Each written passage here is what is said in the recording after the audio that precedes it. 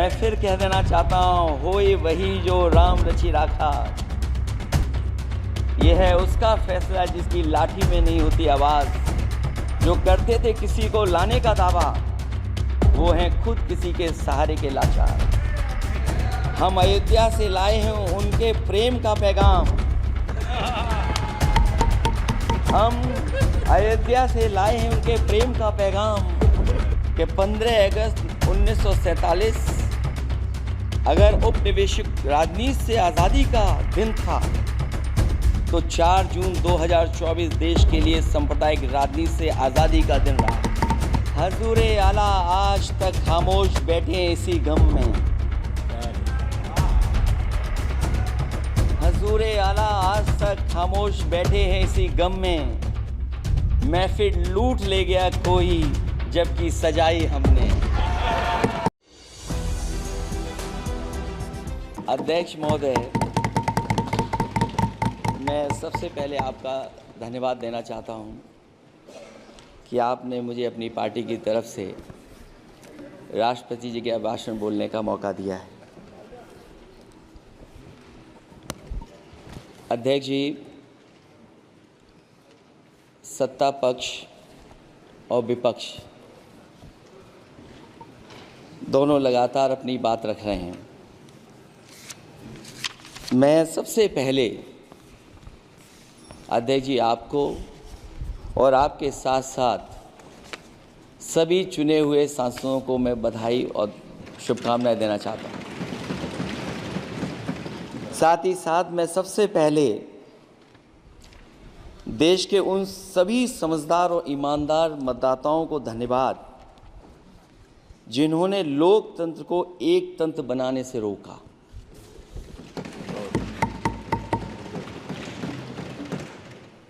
चुनाव के समय पर अध्यक्ष जी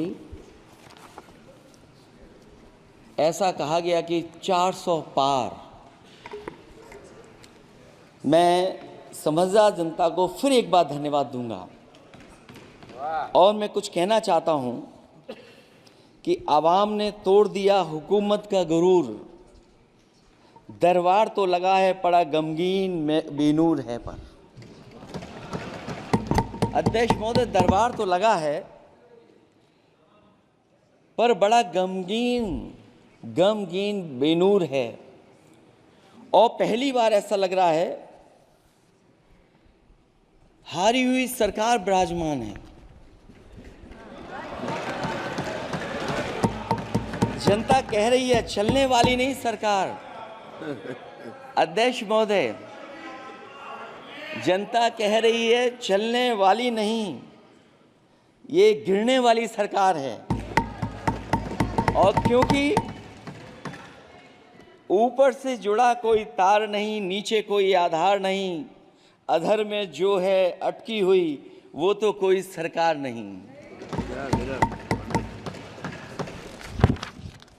दरअसल पूरा इंडिया समझ गया है कि इंडिया ही प्रो इंडिया है। इस चुनाव में इंडिया अलायंस की नैतिक जीत हुई है। ये पीडीए इंडिया की सकारात्मक राजनीति, पॉलिटिक्स जो पॉजिटिव है, पॉजिटिव पॉलिटिक्स की जीत हुई है। ये इंडिया पीडीए की सोशल जस्टिस मुहिम की विक्ट्री है। 2024 का परिणाम हम इंडिया वालों के लिए जिम्मेदारी से भरा पैगाम भी है। और अगर हम यूँ कहें अध्यक्ष महोदय कि 15 अगस्त 1947 अगर उपनिवेशिक राजनीति से आज़ादी का दिन था, तो 4 जून 2024 देश के लिए सांप्रदायिक राजनीति से आज़ादी का दिन रहा। ये सांप्रदायिक राजनीति के अंत और सामुदायिक राजनीति की शुरुआत है। जहां सांप्रदायिक राजनीति का अंत हुआ है, वहीं सामुदायिक राजनीति की शुरुआत हुई है। सबसे अच्छी बात हुई ये है कि इस चुनाव में सांप्रदायिक राजनीति हमेशा के लिए हार हो गई है। अध्यक्ष महोदय, कहने को सरकार ये कहती है कि ये 5th लार्जेस्ट इकोनॉमी बन गई है और जीडीपी के मामले में 5th वर्ल्ड की इकोनॉमी बन गई है। लेकिन अध्यक्ष मोदी, ये सरकार क्यों छिपाती है कि अगर ये हमारी सबसे लार्जेस्ट इकोनॉमी, अगर हम 5वें नंबर पर हैं, तो हमारे देश की पर कैपिटा इनकम, प्रति व्यक्ति आय हमारे किस स्थान पर पहुंची है। और हम लोगों ने तो अध्यक्ष महोदय देखा है कि अगर दिल्ली की सरकार ने कहा होगा कि $5 ट्रिलियन की इकोनॉमी बनेगी, तो जहां से प्रधानमंत्री जी चुन करके आते हैं, वहाँ का प्रदेश के सरकार भी कह रही कि हम $1 ट्रिलियन इकोनॉमी बना लेंगे। देश की इकोनॉमी कहाँ पहुँच गई, पर कैपिटा इनकम क्या है। लेकिन अगर उत्तर प्रदेश की इकोनॉमी को अगर $1 ट्रिलियन की इकोनॉमी बनना है तो कम से कम 35% की ग्रोथ चाहिए। मुझे नहीं लगता है कि 35% की ग्रोथ उत्तर प्रदेश पा पाएगा। हम हंगर इंडेक्स में कहाँ खड़े हैं, नीचे से कहाँ हैं। जो 5th लार्जेस्ट इकोनॉमी की बात कर रहे हैं, वो इनइक्वालिटी के पैरामीटर पे कहाँ खड़े हैं, वो हैप्पीनेस इंडेक्स में कहाँ खड़े हैं। और जो लोग चुनाव को अपने तरीके से मोड़ते हैं, मैं उन्हें कहना चाहता हूं कि अध्यक्ष महोदय, इस चुनाव के परिणाम ने तोड़ने वाली राजनीति को तोड़ दिया है और जोड़ने वाली राजनीति की जीत हुई है। इस चुनाव में धन छल बल की नकारात्मक राजनीति की शिकस्त हुई है। ये चुनाव जो देश का हुआ, ये सकारात्मक राजनीति का नया दौर शुरू हुआ है। इस बार प्रो कॉन्स्टिट्यूशन वालों की जीत हुई है। हम मानते हैं संविधान ही संजीवनी है, उसी की जीत हुई है। ये संविधान मंथन में संविधान रक्षकों की जीत हुई है। अब ऊपर से नीचे की राजनीति का अंत हो गया है। अब नीचे से जो समाज की जो आवाज़ उठेगी, वही राजनीति का आधार बनेगी। मैं कहना चाहता हूं कि देश किसी की व्यक्तिगत महत्वाकांक्षा से नहीं, जन आकांक्षा से चलेगा। मतलब अब मनमर्जी नहीं, जनमर्जी चलेगी। इस चुनाव का बड़ा पैगाम यही है।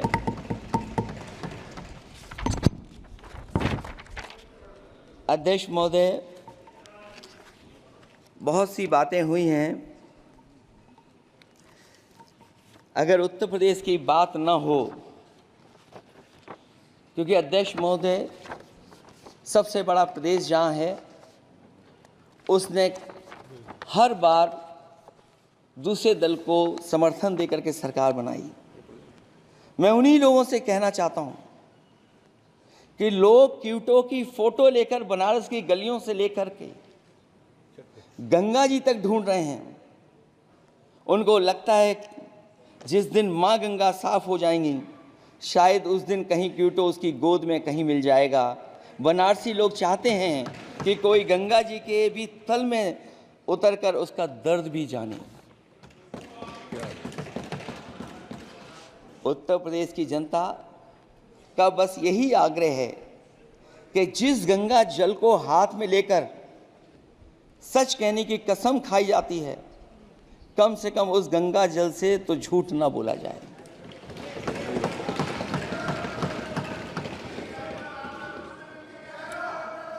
जहां विकास के नाम पर खरबों रुपए की लूट का राज खोलते भ्रष्टाचार के गड्ढे प्रदेश का नाम खराब कर रहे हैं, वहीं पहली बारिश में ही टपकती हुई छत और गिर चुकी स्टेशन की दीवार बेईमानी की निशानी बन गई है। अध्यक्ष महोदय, विकास का ढिढोरा पीटने वाले इस विनाश की जिम्मेदारी कब लेंगे? और रही सच्चे विकास की बात, तो हमने जो सड़क बनाई उस पर हवाई जहाज उतरे थे और उत्तर प्रदेश की मुख्य नगरी में सड़कों पर नाव उतरी हैं। और अभी बारिश और हो जाएगी तो नाव से भी चलना पड़ेगा। यही स्मार्ट सिटी के जुमले का भी हाल है। न तो जाम से छुटकारा मिला, ना बुनियादी सुविधाओं से कोई निजात मिली है, ना कोई बुनियादी सुविधाएं मिल पाई हैं। मुझे याद है अध्यक्ष महोदय, देश के प्रधान सांसद जी ने अनाथ पशुओं के बारे में बहुत कुछ कहा था। अनाथ पशुओं की समस्या से छुटकारा दिलवाने के लिए का वादा किया हुआ, लेकिन कई चुनाव बीत गए हैं, अभी तक गन्ने का भुगतान 2 हफ्ते का वचन जो दिया था, कहां दिया था? अब तो वचन देने वाले को भी याद नहीं है। हर बात को जुमला बना देने वाले लोगों के ऊपर से जनता का भरोसा उठ गया है। इसीलिए बहुमत की सरकार नहीं है, ये सहयोग से चलने वाली सरकार है। डबल इंजन के नाम पर उत्तर प्रदेश को टकराहट के सिवा कुछ हासिल नहीं हुआ है। उत्तर प्रदेश में प्रभुत्व की लड़ाई 2 लोगों को आपस में लड़ा रही है, लेकिन उसकी मार जनता को सता रही है। पिछले 10 सालों की उपलब्धि बस इतनी रही कि एक शिक्षा परीक्षा माफिया का जन्म हुआ। अध्यक्ष महोदय, जिस समय चुनाव में थे और उत्तर प्रदेश में वो हालात देखे हैं कि नौजवान जब भी तैयारी कर करके जाता था और परीक्षा दे करके लौटता था तो उसको पता लगता था कि पेपर लीक हो गया। और उत्तर प्रदेश में केवल एक पेपर लीक नहीं हुआ है, जितनी भी परीक्षाएं हुई हैं सब पेपर लीक हुए हैं। केवल उत्तर प्रदेश ही नहीं, मैं माननीय सांसद की तरफ से सुन रहा था, कई ऐसे प्रदेश हैं जहां पर परीक्षाएं देने तो बच्चे गए, लेकिन वहां भी पेपर लीक हो गया। और अभी जब 4 जून को रिजल्ट आया, उसके बाद जो बात उठी है, देश की सबसे प्रेस्टिजियस परीक्षा, उसका भी पेपर लीक हो गया। और आखिरकार ये पेपर लीक हो क्यों रहा है? सच्चाई तो ये है कि ये सरकार पेपर लीक इसलिए करा रही है कि सरकार नौकरी नहीं देना चाहती, रोजगार नहीं देना चाहती, उन नौजवानों का भविष्य नहीं बनने देना चाहती। पिछले 10 सालों की उपलब्धि बस इतनी रही है कि एक शिक्षा परीक्षा माफिया का जन्म हुआ है, जिसने तथाकथित अमृतकाल में युवाओं के भविष्य की आशाओं को ही जहर दे दिया है। जो सरकार उम्मीद को मार दे, वह न तो वर्तमान को सुधार सकती है, न भविष्य को संवार सकती है। सरकार आशा का प्रतीक होनी चाहिए, निराशा का नहीं। जनता चाहती कि हर समस्या के लिए बीते कल की को जिम्मेदार ठहराने के बहाने को सरकार छोड़े और आने वाले कल की बात करे।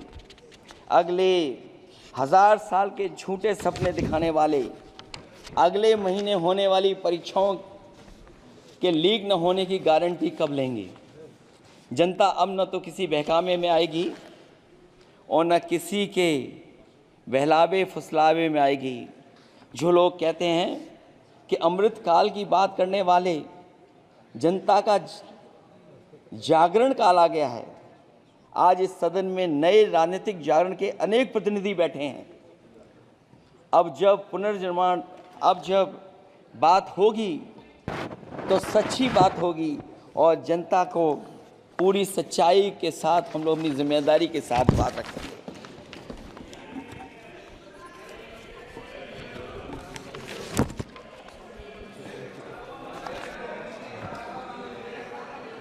अध्यक्ष महोदय,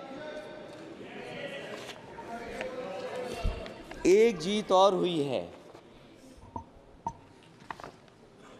एक जीत और अध्यक्ष महोदय हुई है। मैं जानता हूं सत्ता पक्ष बैठे वाले लोग समझ गए होंगे। अयोध्या की जीत भारत के परिपक्व मतदाता की लोकतांत्रिक समझ की जीत है। और हम तो अध्यक्ष महोदय यही सुनते आए हैं, होए वही जो राम रची राखा, यह है उसका फैसला। अध्यक्ष महोदय, होई वही जो राम रची राखा, यह है उसका फैसला। जिसकी लाठी में नहीं होती आवाज, जो करते थे किसी को लाने का दावा, वो हैं खुद किसी के सहारे के लाचार।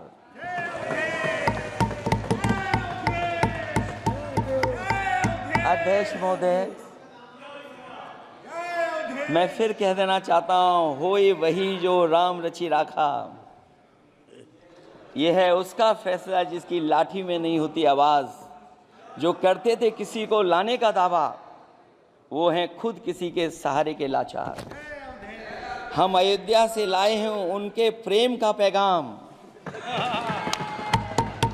हम अयोध्या से लाए हैं उनके प्रेम का पैगाम, जो सच्चे मन से करते हैं सबका कल्याण। सदियों में जन जन गाता है जिनके गान, अभय दान देती जिनकी मंद मंद मुस्कान, मानवता के लिए उठता जिनका तीर कमान। अध्यक्ष महोदय, जो असत्य पर सत्य की जीत का है नाम, उफनती नदी पर जो बांधे मर्यादा के बांध, वो है अवध के राजा पुरुषोत्तम प्रभु राम। हम अयोध्या से लाए हैं उनके प्रेम का पैगाम।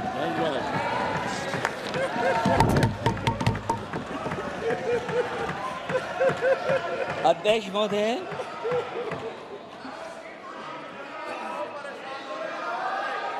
अध्यक्ष महोदय, कुछ बातें हैं।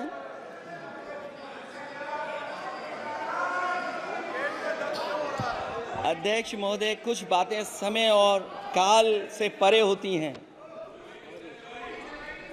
इसलिए आज यहाँ उत्तर प्रदेश के सदन में पढ़ा गया एक शेर याद आ गया, जो तब सही था अब और सही साबित हो रहा है। इजाजत हो अध्यक्ष जी तो मैं अर्ज करूं। हजूरे आला आज तक खामोश बैठे इसी गम में। हजूरे आला आज तक खामोश बैठे हैं इसी गम में। महफिल लूट ले गया कोई जबकि सजाई हमने। योगी जी के लिए, योगी जी के लिए।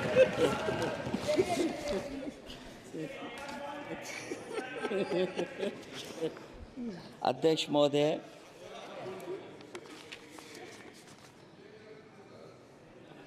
मैं मॉडल ऑफ कंडक्ट जब चुनाव हुआ, लागू हुआ, उस समय मैंने देखा कि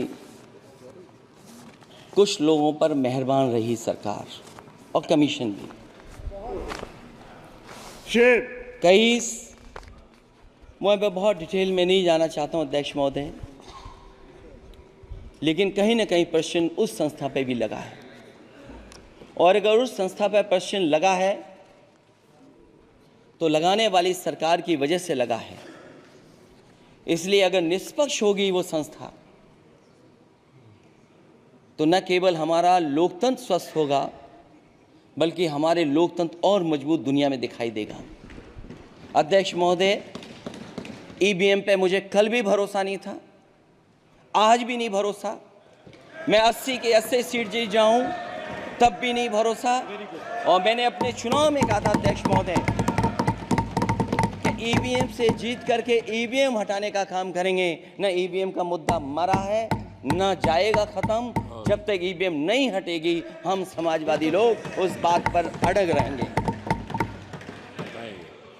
उत्तर प्रदेश अध्यक्ष महोदय वो प्रदेश है जिसने सरकार बीजेपी की बनवाई, एक बार नहीं 2 बार बनवाई, और उसी उत्तर प्रदेश के साथ कितना बड़ा भेदभाव,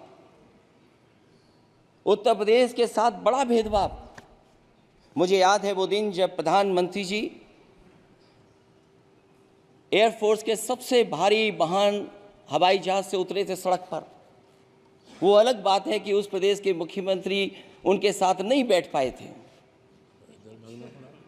लेकिन वो एक्सप्रेस वे जो बना था और आज भी जो उत्तर प्रदेश में बन रहे हैं वो उत्तर प्रदेश के बजट से बन रहे हैं। लेकिन दिल्ली की तरफ से कोई एक्सप्रेस वे अभी नहीं दिया गया है। न केवल इंफ्रास्ट्रक्चर में भेदभाव हुआ है, बल्कि हमें याद है कि प्रधानमंत्री जी ने बड़े पैमाने पे गांव गोद लिए थे। और सोचिए अगर देश के प्रधान सांसद अगर किसी गांव को गोद ले लें और उस गांव की तस्वीर न बदले तो शायद मैं नहीं समझता हूं कि किसी गांव की तस्वीर 10 साल में बदली होगी। मुझे वो गांव जिसको उन्होंने गोद लिया, जो प्रधानमंत्री जी की आदर्श योजना थी उसके तहत जो गोद लिया गया था गांव, वो 5 वर्ष पहले खूब शोर हुआ था कि बनारस शहर की तरह डोमरी में चमचमाने लगेगा एक गांव। हकीकत में कुछ नहीं हुआ। उसकी दुर्दशा वैसी की वैसी है, जैसे था गांव वैसे ही का वैसा है। टूटी सड़कें, कच्ची पगडंडियां, उखड़े और टूटे हुए ईंट के खंजे, बदहाल हैंडपंप, पावरलूम और पंखे के जाली के कारखाने को आखिर कब तक रफ्तार मिलेगी जो उस गांव में काम होता था, लोग करते थे। खाली पड़े रसोई गैस के सिलेंडर, अंधाधुंध बिजली कटौती के बीच इस गांव के लोगों को हर सुबह मजदूरी की कभी ना खत्म होने वाली तलाश आखिर कब पूरी होगी। तो सोचिए, एक गांव की तस्वीर ये है। जो गांव कभी गोद लिया गया था उस गांव की भी तस्वीर नहीं सुधर पाई है। जो भाजपा के स्मार्ट सिटी के झूठे सपने में गांव के लिए कोई जगह नहीं है। अपने गांव गोद लेने की जो बात कही थी, क्या वो भी जुमला था अध्यक्ष जी? पता नहीं जिस गांव को गोद लिया था उसका नाम भी किसी को याद है कि नहीं। मैं नाम पूछ करके किसी को शर्मिंदा नहीं करूंगा, क्योंकि अगर नाम याद है तो ये तो और भी बुरी बात है कि अपने नाम याद रखने के बावजूद भी कुछ नहीं किया। जिसे गोद लिया जाता है उसे अनाथ बनाकर छोड़ देना अच्छी बात नहीं है। और अगर तस्वीर अध्यक्ष महोदय बदली हो 10 साल में उन तमाम गोद लिए हुए गांवों की, तो मैं सत्ता पक्ष के लोगों से कहूंगा जरूर इस सदन में बात रखें, जरूर बताएं आप। जो बात कभी अध्यक्ष महोदय कास्ट सेंसस की उठी थी, हम उस कास्ट सेंसस के पक्ष में हैं कि बिना कास्ट सेंसस के सामाजिक न्याय संभव नहीं है। सबको हक दिला पाना मुश्किल है। अध्यक्ष महोदय, राष्ट्रपति जी के अभिभाषण में अग्निवीर को लेकर के जो चिंता विपक्ष की थी और देश के नौजवानों की थी, वो चिंता वैसी की वैसी बनी है। अध्यक्ष महोदय, मैं ये कहना चाहता हूँ, मैं खुद मिलिट्री स्कूल से पढ़ा हूँ। मेरे साथ के बहुत बड़े पैमाने पे लोग फौज में। मैंने समय समय पे जो मेरे साथ पढ़े जो सीनियर थे उनसे भी जानकारी हासिल की है।